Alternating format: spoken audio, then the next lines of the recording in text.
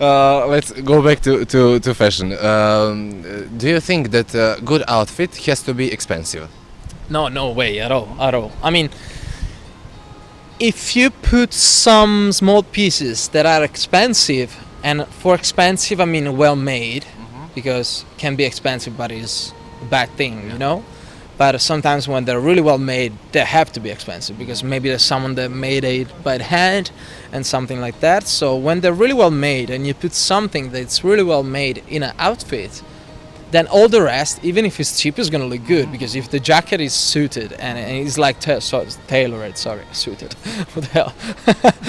If the jacket is tailored and it's nice fabric, everything else looks good. Even if you have a pair of shoes that it's 20 euros or whatever, everything is gonna look nice. So sometimes it helps, but no, it doesn't have to be expensive at all. So nice to hear that. Actually, can you tell me what inspires you in your design, in your fashion blogging? What inspires you besides fashion? I mean, the way I started was people, because it's weird to say, but I love to watch people. I mean, I'm not a creepy guy, but so I love to watch people. No, but sometimes when I was in New York, I found myself like sitting on a bench and looking at all that people walking in front of me, because you know, like New York is so crowded. You get lost in that people. You can't even find yourself in the middle of that crowds. But you know, I like to watch people, and I like to watch what's around me. So I found myself watching people, and that's when you really get the chance to see how people really feel about what they're wearing.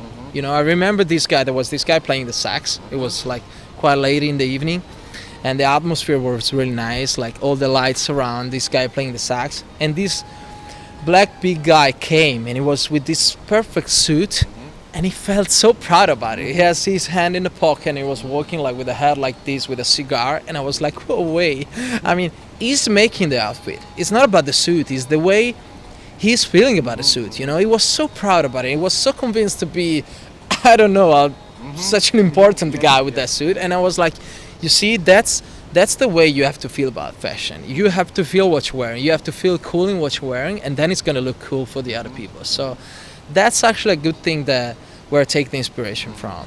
And for the designing, maybe I get my inspiration from ethnical things. I love Indian stuff, I love African stuff, I love old Romanian style. Like when I went to the museum here in Budva, I was so impressed because you have so many Romanian stuff, like old stuff, and I was looking at it so close because I love it. So is there any possibility that Montenegro will be your inspiration?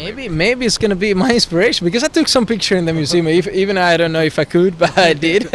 Maybe I'm sorry, I didn't. But yeah, I took some inspiration from there. So who knows? How will you describe your own style?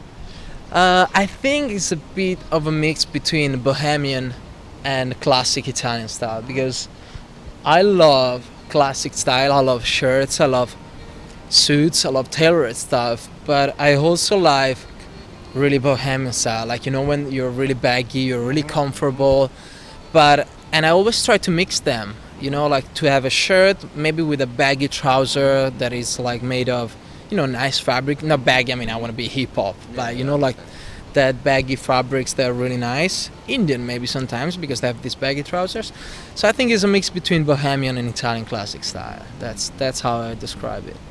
And what do you always have with you when we are speaking about, for example, accessories? Well, I never ever leave Without a ring. without my rings. You know, it's true. I mean, it might feel weird, but yeah, I love rings. And I never ever leave without a white shirt. Even if I'm going in the mountain and it's gonna be so cold, but I never leave without a white shirt, because I think that's one of the must-have for a man. In your bag, you always have to have a shirt. And I never leave without my sunglasses. I always have at least one pair of sunglasses, and trainers. Really, I always have trainers with me, because when you know, I travel a lot, so I don't care if you have to be cool, fashion, or whatever. I always have my trainers with me, because you know, otherwise you get so tired. So since you mentioned must-haves already, can you tell me exactly what every man has to have in his closet? In his wardrobe. You mean Yes. for the summer or Yeah. for like whatever? Or whatever. I suggest to have the blue shirts and blue suits because I think the blue is gonna be the new black. You know, black is a bit boring, I think, right now. I mean, I love black stuff. I have a lot of blue. I have a lot of black stuff. That's why I'm really worried because I have to change everything now because I'm getting in love with blue, and I think really blue is gonna be the new black. And I suggest blue shirts for men because I think a man with a blue shirt is better than a man with a white one. I mean, it really gives him the idea of James Bond. You know, like it gives him such a strong image, a strong power. And what else? I suggest for men's sunglasses because sometimes, you know, men's they just go for classic things. They're not into fashion like girls, as you might know. You know, like they don't do this research as girls do. But I suggest them to maybe get crazy with sunglasses a little bit because you can wear classic stuff. You can have a classic style, but if you wear the crazy sunglasses, maybe you give that touch of style to your outfit. So maybe that's another suggestion I can give. Okay, for the end, can we speak a little bit about your acting experience? What have you done till now? Oh, my big experience of actor. No, as I said, it's a big passion I have. Beside my job, I'm trying to grow on that side as well because as a passion, I don't want to leave it. It's not my job. I never had €1 because of acting, but it gives me more than everything else. You know, when I do something I like, when I see maybe a small footage, maybe a small short music video I did with some friends or whatever, I can't even describe the satisfaction I have when I see it, and when I see it comes out really good because there's a team behind it. You know, it's sometimes we hear that football or whatever sport that has a team gives you more satisfaction than maybe tennis or another sport that is just you against another person. Because when there's a team and you share something with other people, it gives you so much more satisfaction. And that's actually about acting. It's not just about yourself. It's about the environment. It's about the team. It's about the crew you build and yourself, because you have to be, makes you grow a lot, because to be in a good environment, you're the first one that has to change. You're the first one that has to be open, you know, to get in touch with other people. It's not easy, because when you have to live with people for like maybe 10 days, 15 days, that's the maximum I did, because as I said, I'm not that big actor, but you know, I had the chance to spend 7-10 days with the same 5 guys shooting some short movie, and I was like, whoa, that's intense, because if you maybe get mad with someone, or you don't like, I don't like your shirt, and I don't want to say you because I don't know, I don't like the way you talk, it's definitely going to show in the camera, you know. It's like people are going to see it, so it's all about the environment, and that's really nice. So apply audience, actually. yeah, exactly. It's a really good thing I read in a book, I think it was Stanislavski book, is that the less is more. It's like when you try not to show something, is the moment that it's going to explode in the camera. So the less you do, the more people are going to see it. So it's a nice point for the end of our conversation, but still you're gonna tell me how do you like this complex where we are, and if you compare it to the other places in the world where you have been, what do you think of it? Well, I think Montenegro was a really big discover for me. How do you say discover? It was a really, yeah, it was a really big discover for me. You know, sometimes I have problems with my English. I think in Italian and I speak in English. That's why it's really hard. It's surprisingly good for Italian. For an Italian, right? They usually speak like Babbi the Booby. I know. I'm Mario, I'm from Italy. Yeah, exactly. Pizza.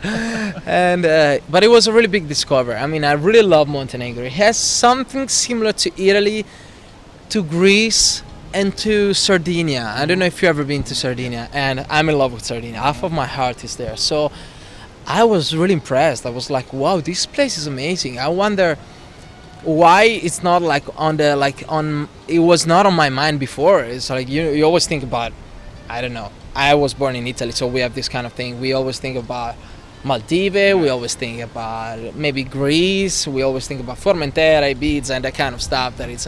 But Montenegro is super nice, really, really. The coast is amazing, the beach is really nice. I think I'm gonna come back here in the late summer for sure. Where are you going after this visit to Montenegro? Well, after this, I'm gonna take a week off in Fuerteventura, the Canary, because I love surfing.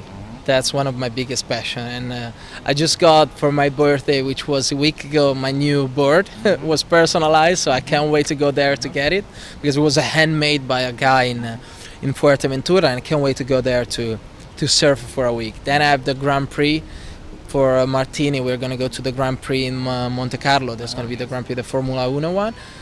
Then there's gonna be the Fashion Weeks in June, the PT Uomo in Florence. There's gonna be the Fashion Week in Paris, and then I might gonna do another thing I love, which is motorbikes.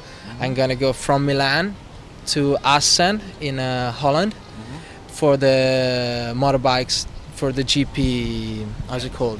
The GP Grand Premio, like on motorbikes. So that's another thing I'm gonna do. It's gonna be a really busy June. Since you mentioned PT Uomo in Italy, have you met Tommy Tom, photographer? Yeah, of course. Yeah. He's one of the most.